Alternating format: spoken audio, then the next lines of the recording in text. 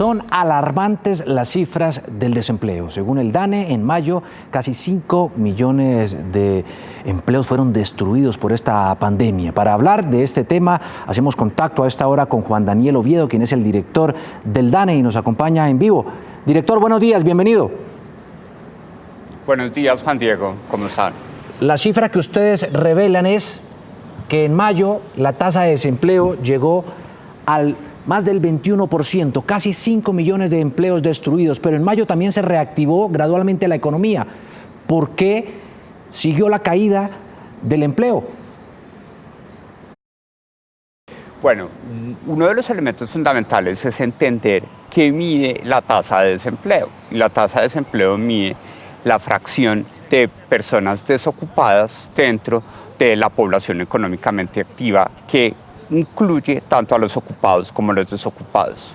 En mayo, la reactivación económica permitió que la reducción de la población ocupada fuera 3 puntos inferior a la que habíamos visto en abril y que el incremento de la inactividad fuera 1 millón de personas menos al que habíamos visto en abril, lo cual es una señal contundente de que tenemos reactivación cuando le sumamos que las personas que siguieron trabajando, 17.3 millones de personas ocupadas, nos están diciendo que están trabajando más horas y que por consiguiente están desarrollando un mayor flujo de actividad económica. Lo que sucede en el mes de mayo es que con el paso del tiempo, las unidades económicas más frágiles de la economía, como son las unidades de menos de 10 empresas, pues no resisten, no tienen la caja suficiente para que cuando se da la instrucción de reactivar la economía lo puedan hacer ellos a partir de su iniciativa privada. Eso significa que 1 millón de personas inactivas menos que vimos en mayo, solo 500.000 pudieron retornar a la ocupación y las otras 500.000 retornaron a la desocupación y por consiguiente el incremento de la población desempleada en mayo fue de 2 millones versus 1.5 millones que habíamos visto en abril. Es decir, en abril tocamos fondo, el mercado laboral está respondiendo, pero necesitamos que la reactivación económica se haga con gradualidad y respeto de los aspectos sanitarios, pero con una velocidad inteligente que permita que el tiempo no cobre la cuenta y la factura a las empresas pequeñas y por consiguiente sigamos destruyendo empleo. Ustedes en el DANE revelaron esta cifra. En mayo de 2020, las personas ocupadas, 17.200.000. En mayo de 2019, ocupados 20.100.000. Ahí están casi los 5 millones de empleos destruidos. De estos 17.200.000, director, ¿cuántos son del sector formal y cuántos de la informalidad, del rebusque? Bueno, cuando nosotros hacemos la clasificación de esos ocupados específicamente en el sector urbano, que es la medida continua que nosotros hacemos de informalidad para las 13 principales ciudades, estamos viendo que la informalidad de la población ocupada de esas 13 principales ciudades, que es casi 8 millones de pesos, corresponde al 46.1%, mientras que el resto, el 54% restante, corresponde al trabajo formal. Y además, en esas 13 principales ciudades estamos viendo que tanto la formalidad como la informalidad en igual proporción, con un poco más de efecto negativo en la formalidad, están viéndose afectadas por las reducciones de la población ocupada entre mayo de 2019 y mayo de 2020. La caída más alta es en 13 ciudades, 24.5%, y las mujeres están en materia de desocupación por encima de los hombres, un 25%. ¿A qué se atribuye eso? ¿A que en las ciudades se haya disparado y que las mujeres sean las más desocupadas? Bueno, uno de los elementos importantes, Juan Diego, en línea con lo que habíamos hablado en sesiones anteriores de las interesantes conversaciones contigo, es que en esas 13 principales ciudades están concentradas casi el 85% de las actividades de comercio minorista, de manufactura y de construcción, que fueron las que vieron el golpe más duro con la decisión del gobierno nacional de disminuir la actividad económica no esencial para disminuir las tasas de contagio del COVID-19. Entonces es natural que la población ocupada en esas 13 principales ciudades sea la más afectada. Miremos el caso de Bogotá, que ya se acerca a 1 millón de personas desempleadas y que vio reducida su población desempleada en casi un 100%, mientras que el resto del país solo la vio incrementada en un 80%. Y en la medida en que estamos en las 13 principales ciudades, es donde tenemos las mujeres más activas, mejor preparadas, participando en el mercado laboral, que una parte de ellas, específicamente 1.7 millones de mujeres, tuvieron que salir de la ocupación, posiblemente por la necesidad de ir a sus hogares, a tomar las riendas de sus hogares, supervisar el proceso educativo de sus hijos, tomar las riendas de la economía del cuidado en la medida en que el empleo doméstico no quedó exceptuado dentro de la cuarentena, y por consiguiente vemos que la pandemia del COVID-19 puede tener un efecto muchísimo más fuerte contra las mujeres en relación con su participación en el mercado laboral. Ya que hablamos de esas 13 ciudades, Neiva e Ibagué, algunas de las que más indicadores críticos presentan. Vean ustedes el siguiente reporte. Más de 78.000 empleos se han perdido en Ibagué y uno de los sectores más afectados es el gremio de bares, donde en un 15% han tenido que cerrar sus puertas. Donde aproximadamente 4.000 empleos hoy están suspendidos los contratos y tenemos problemas con nuestros arrendatarios. El gremio hace un llamado al gobierno nacional para que les permita reabrir los establecimientos a partir del mes de julio con todos los protocolos de bioseguridad. Ya está en manos del Ministerio de Salud, Ministerio de Comercio, los protocolos. Deseamos que sean aceptados y sean, que los traigan aquí a las alcaldías locales para que ellos los estudien y poder hacer los planes pilotos para nuestras aperturas muy próximas. El desempleo es visible en todos los sectores económicos, principalmente con el cierre de establecimientos, donde muchos ibaguereños han decidido salir al rebusque. Pues yo trabajaba en la escuelita de una vereda y pues después de ya toda esta pandemia, pues ya no tengo trabajo. Ha tocado rebuscarnos, mirar qué revendemos y todo para poder subsistir sobre este tema. Comerciantes y empresarios piden una alianza con los entes gubernamentales para buscar soluciones. Unan esfuerzos, generen estrategias para fortalecer este tejido empresarial y sobre todo garantizar y recuperar los empleos que se han perdido. Ibagué llegó al histórico récord del 31.7% y es la segunda ciudad con mayor cifra de desempleo. Algunos de los gremios más afectados, director, son el comercio, la manufactura, la administración pública, sectores de educación, salud, agricultura, actividades artísticas, de entretenimiento. ¿Hasta cuándo se van a seguir reportando estas cifras en rojo? El comercio perdió más de 900.000 empleos, la manufactura más de 700.000, la administración pública casi 700.000. ¿Hasta cuándo? Bueno, una buena respuesta para esa pregunta es entender cuáles fueron las diferencias entre abril y mayo. En abril habíamos reportado una pérdida de personal ocupado en manufactura de casi 1 millón y ahorita estamos solo alrededor de los 700.000. En comercio habíamos presentado unos incrementos también cercanos al millón, unas disminuciones, cercanos a 1 millón de personas menos ocupadas en comercio minorista.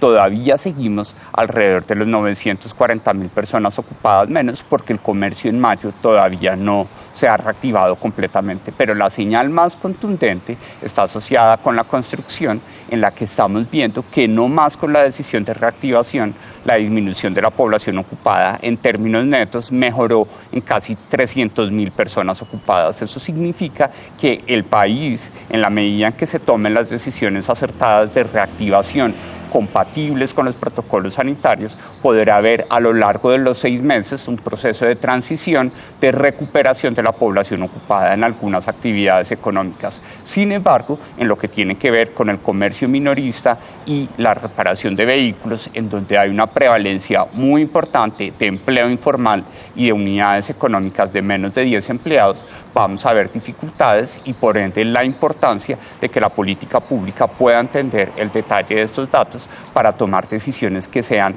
muy efectivas y que favorezcan a estos pequeños empresarios de las actividades de comercio minorista. La pandemia golpeó dramáticamente todos los rangos de edades, pero vamos a analizar varios de ellos y un grupo poblacional específico. Pero antes de eso, director, déjeme ver también este informe que muestra la radiografía del desempleo y el impacto en Armenia. No, yo también necesito porque yo soy sola. En Armenia, Nelly Gómez y su hija recorren las calles del centro con una vitrina llena de pan y termos de café para vender. El negocio lo empezó con su esposo y así buscan mantener la economía familiar después de no encontrar oportunidades laborales. Más de uno intenta pues sobrevivir y todo, pero le queda complicado porque acá no hay mucho empleo así fijo, sino que más que todo la gente se rebusca, sale a gestionar su diario. Para tratar de reducir el desempleo, alcaldía y gremios crearon la agencia de inversiones. Este año trae un inversor nuevo. Una empresa desarrolladora de software de Estados Unidos que empleará ingenieros con ciertas habilidades específicas en el municipio de Armenia y que estará encargada de exportar servicios a compañías en Estados Unidos. No obstante, los escándalos de corrupción y la suspensión del alcalde afectan la llegada de inversión a la ciudad y por ende mejores empleos. Cuando esto podría haber seguido rodando, claro que afecta la intención de inversión de tanto nacional como internacional. A la Fiscalía, la Contraloría, Procuraduría, que adelanten estas investigaciones lo más rápido posible, que se pueda nombrar un alcalde fijo. Esta semana se espera que Armenia defina su plan de desarrollo y en próximos días al mandatario encargado para empezar a desarrollar la ciudad en medio de la pandemia. Cerca de 3 millones de personas, jóvenes entre 25 y 54 años, perdieron su empleo. ¿A qué se atribuye directamente ese número, director? Bueno, específicamente y en línea con las notas que se han preparado para Ibagué, para Armenia, para Bucaramanga, es natural que cuando declaramos masivamente una pausa en la actividad económica de todo el país para manejar la pandemia del COVID-19, el volumen más importante afectado sea el volumen más significativo dentro de la población ocupada del país, que es el rango de 25 a 54 años. Por eso, como tú lo señalas, de los 4.9 millones de personas ocupadas menos que vimos en mayo del 2020, 3 millones estaban entre 25 y 54 años. Pero también 1 millón estaban en lo que nosotros llamamos el rango de desempleo juvenil, que es dentro de la participación que tienen los jóvenes dentro de la población ocupada, una cifra que es preocupante y fue la que llevó a que la tasa de desempleo juvenil pasara del 18% y se acercara al 27%, como lo presentamos el día de ayer. Pero esto muestra tal vez que se está perdiendo la oportunidad de el momento más productivo de la mano laboral, que es en esa edad, ¿o no?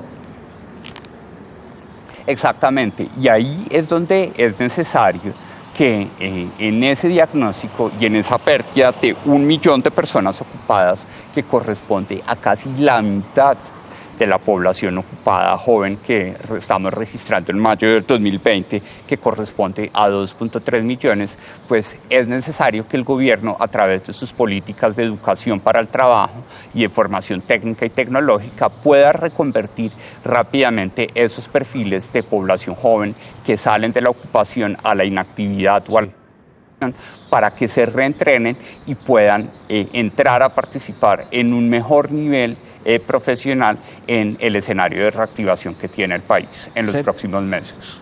Es el millón de personas al que usted hace referencia entre 10 años y 24 años. Explíqueme una cosa, ¿por qué tienen ustedes ese rango de edad entre 10 años, 24 años que perdieron el empleo 1 millón de personas, si el trabajo infantil, salvo algunas excepciones legales, está prohibido?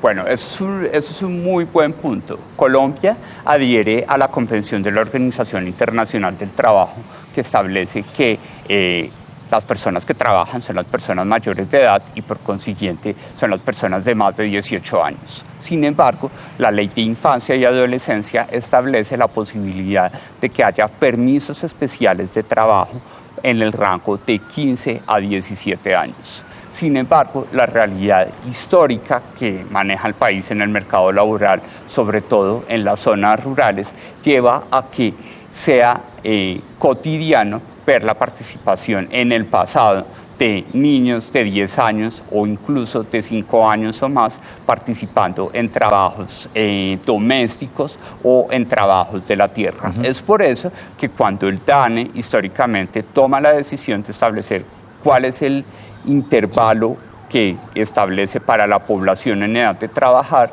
dice que la población en edad de trabajar es de 10 años o más para el campo y de 12 años o más para la ciudad. Pero específicamente por eso el DANE también hace unas semanas hizo un reporte específico sobre el trabajo infantil entre 5 y 17 años. Y también, para cerrar un dato, cerca de 900.000 personas de más de 55 años perdieron su trabajo, es decir, quedaron desprotegidas laboral y también desde el punto de vista de la seguridad social, llegando a la edad casi de jubilación. Imagínense el impacto social que eso representa en un país como el nuestro, donde pocos alcanzan la pensión.